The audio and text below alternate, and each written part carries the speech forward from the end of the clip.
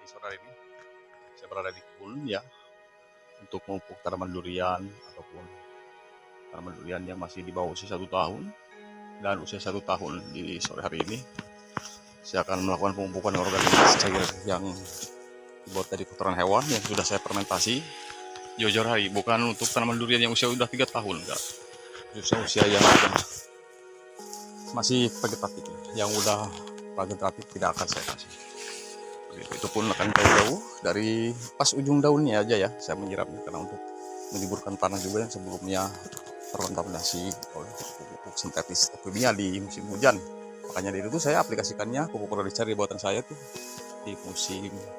Assalamualaikum warahmatullahi wabarakatuh. Nah, di sini saya akan lanjut melakukan proses penyiraman pada pohon durian, yang dimana ini pupuk organik cair atau pupuk dari kotoran hewan yang sudah saya fermentasi jauh-jauh hari di musim hujan kemarin ya, karena saya akan aplikasikannya ya pada tanaman durian di musim kemarau begitu ya. Itu pun tidak akan saya dekatkan dengan batang pohon duriannya, walaupun sudah hasil fermentasi ya. Bagaimana bukti-buktinya atau yang sudah saya pernah diberikan pupuk-pupuk fermentasi seperti ini dari kotoran hewan yang dicairkan begitu sahabat tani, yang direndam ke air ya. Contohnya pohon durian ini nih tuh, di sampingnya umur mau 3 tahun aja sudah seperti ini, karena saya disiram tuh selang-seling ya. Di ini maksudnya pupuknya nggak seharus dipupuk dengan organik juga tuh ya, baik padat maupun cair begitu. Diselang-seling musim hujan saya pakai pupuk NPK ya. Bukan berarti saya tidak konsisten dengan salah satu pupuk, bukan sahabat tani ya. Tergantung situasi dan kondisi dan kebutuhan tanaman juga. Itu pun tidak dekat-dekat dengan batang, karena pupuk kotoran hewan ini kan tujuannya bukan untuk apa-apa, untuk menstabilkan kembali populasi organisme di dalam tanah, dan tanah rusak bisa subur kembali. Makanya ini tanah saya tuh tidak pernah kering, tandus ya, selalu hijau, walaupun ini dibersihkan ya sebelumnya jauh-jauh hari itu. Tuh, dibersihkan terus tapi tetap hijau gitu. Biar sehat juga tanahnya sahabat tani itu. Kita panjang lebar karena saya akan langsung mengaplikasikan pupuk kotoran hewan yang sudah saya fermentasi ya. Ini diaduk dulu, kemudian pakai perbandingan airnya campur kemari ya sahabat tani, dan ini paling 3 liter ini air dari kotoran hewan ini kemudian dicampur ke air yang sudah saya siapkan di sini, sekitar 10 liter atau 20 liter air begitu sahabat tani. Baik sahabat tani, dan ini pohon durian super tembaga yang di mana tanam di bawah usia 1 tahun sekitar 6 bulan ya. Ini putih-putih begini karena fungisida ya. Fungisida setelah musim hujan saya fungisida dan insek. Kemudian nutrisi daunnya juga saya kasihkan begitu sahabat tadi, dengan kurakron untuk inseknya supaya tidak diganggu oleh ini ulat dan serangga-serangga yang lain seperti ini. Cool begitu.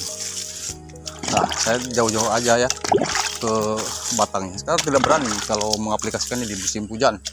Bukan apa-apa selain lembab, kemudian ya, takutnya ya banyak bakteri begitu sahabat tadi ya. Yang penting kan sekitarannya aja, tidak kena batang pun saya tidak masalah. Dan ini pun sudah saya siram ya sahabat tani. Sudah saya siram tadi pakai selang dibantu dengan sanjo, kemudian agak gelap saya lakukan pengaplikasian begitu. Karena yang udah seperti ini ya sangat hijau begitu sahabat tani.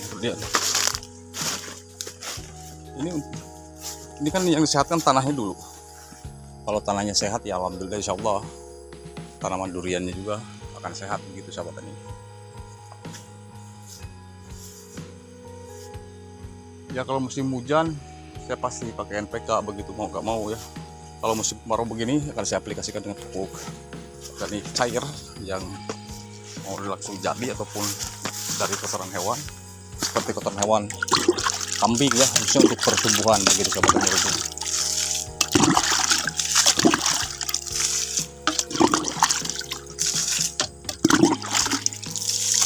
Semua di sore ini sudah saya lakukan penyiraman ya, penyiraman air biasa ya, untuk menghindari dehidrasi tanaman durian, dan kemudian saya bantu pengaplikasian langsung dengan pupuk organik cair kotoran hewan supaya tanahnya terus sehat, tidak rusak oleh pengaruh sifat fisik kimia oleh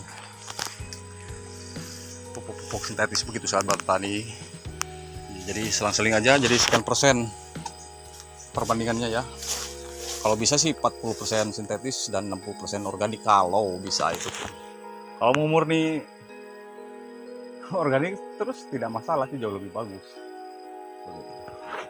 Cuma masa generatif ini sangat butuh sekali pupuk NPK kalau ketika masa generatif pohon durian. Kalau ini kan masih masa vegetatif.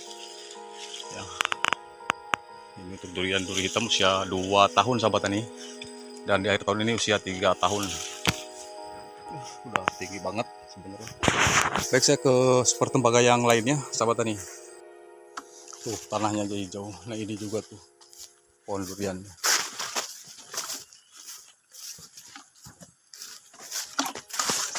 Kalau udah remaja-remaja seperti ini kan saya stop dengan pupuk organik dari kotoran hewan. Kecuali yang masih pertumbuhan begini, itu pun tidak terlalu saya dekatkan sahabat tani. Pinggirannya aja.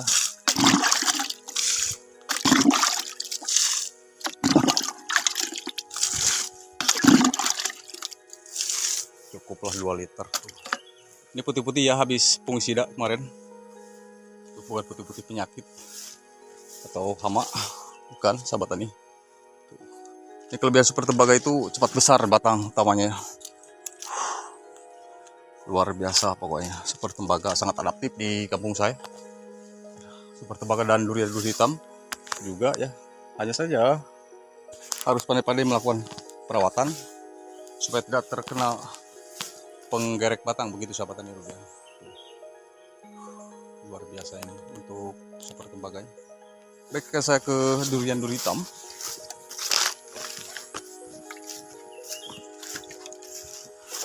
Tuh, ini perlu usia 1 tahun, tinggi udah dua kali pemotongan batang primer.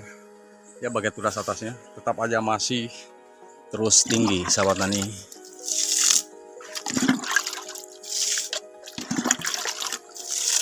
Nah, sekitaran pinggirannya ya, ujung-ujung daunnya aja.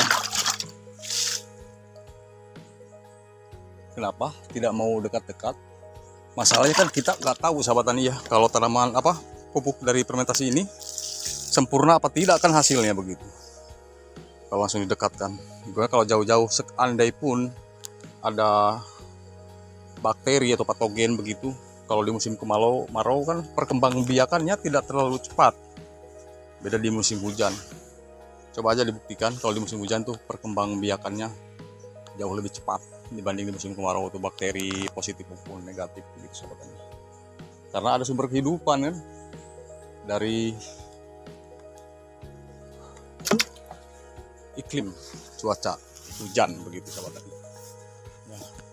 Ini sebelumnya semua pernah sahabat tani. Kalau cuma memasuki masa generatif tidaklah saya stop.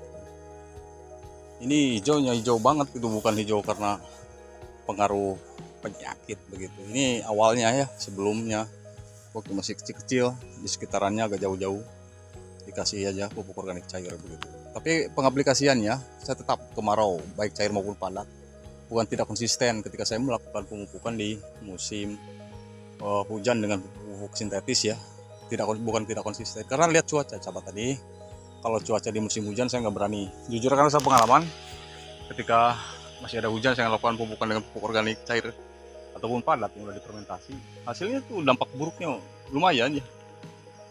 Bakteri-bakteri menyebar dan meranggas, jamur, kemudian banyak penggerek batang juga, banyak penyakit lain. Kecuali untuk menyuburkan tanah saja, sebenarnya untuk menyuburkan tanah saja. Dari sebelumnya terkontaminasi oleh pupuk-pupuk kimia, mungkin bisa diimbangi dengan pupuk-pupuk organik cair yang sudah difermentasi hasil buatan sendiri begitu sahabat tani rupiah.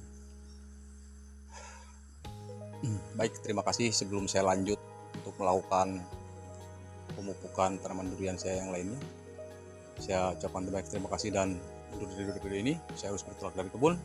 Terima kasih, sampai ketemu lagi di video saya berikutnya tentang tanaman durian, dan akhir kata assalamualaikum warahmatullahi wabarakatuh.